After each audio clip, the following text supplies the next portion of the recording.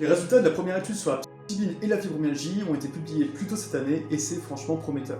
L'étude réalisée à l'université de Michigan et publiée en mars 2025 dans le journal Frontiers in Pain Research a étudié le profil de sécurité et l'efficacité de la psilocybine dans le traitement de la fibromyalgie chez 5 femmes. La fibromyalgie, c'est une pathologie chronique dans laquelle le système nerveux est en alerte constante, donnant lieu à des douleurs dans l'ensemble du corps, une fatigue intense et des troubles du sommeil importants, tout ceci alors que les résultats médicaux sont normaux.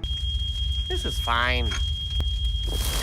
Et croyez-moi, je connais bien. Bref, résultat, un mois après cette deuxième session, on observe une baisse significative de la douleur de 2 à 3 points sur une échelle de 10, une diminution claire de l'interférence de la maladie sur la vie quotidienne et une amélioration importante de la qualité du sommeil. De plus, en dehors d'un mal de tête ou de ventre passager, aucun effet secondaire grave n'a été signalé. Bien sûr, ceci n'est qu'une première étude sur un échantillon minuscule et sans contrôle placebo, mais les résultats sont déjà très positifs et redonnent de l'espoir aux personnes qui souffrent de cette pathologie ou de douleurs chroniques en général. Néanmoins, une approche strictement médicale des antigènes, ces d'origine naturelle utilisée traditionnellement depuis des milliers d'années à travers le monde risque de réduire ces technologies de la nature à des médicaments sous forme synthétique uniquement prescrits en dernier recours à certains malades à des prix exorbitants. Il n'y a qu'à regarder le coût d'une psychothérapie assistée par aux États-Unis pour s'en rendre compte. Comme le soutien Decriminalize Nature France, l'accès aux antigènes et par leur biais l'exploration de notre conscience et de notre lien sacré à la nature est un droit fondamental humain. Ne correspondant absolument pas à la définition d'un stupéfiant, leur prohibition est un non-sens absolu. Alors si vous voulez défendre votre liberté d'explorer votre conscience, rejoignez-nous.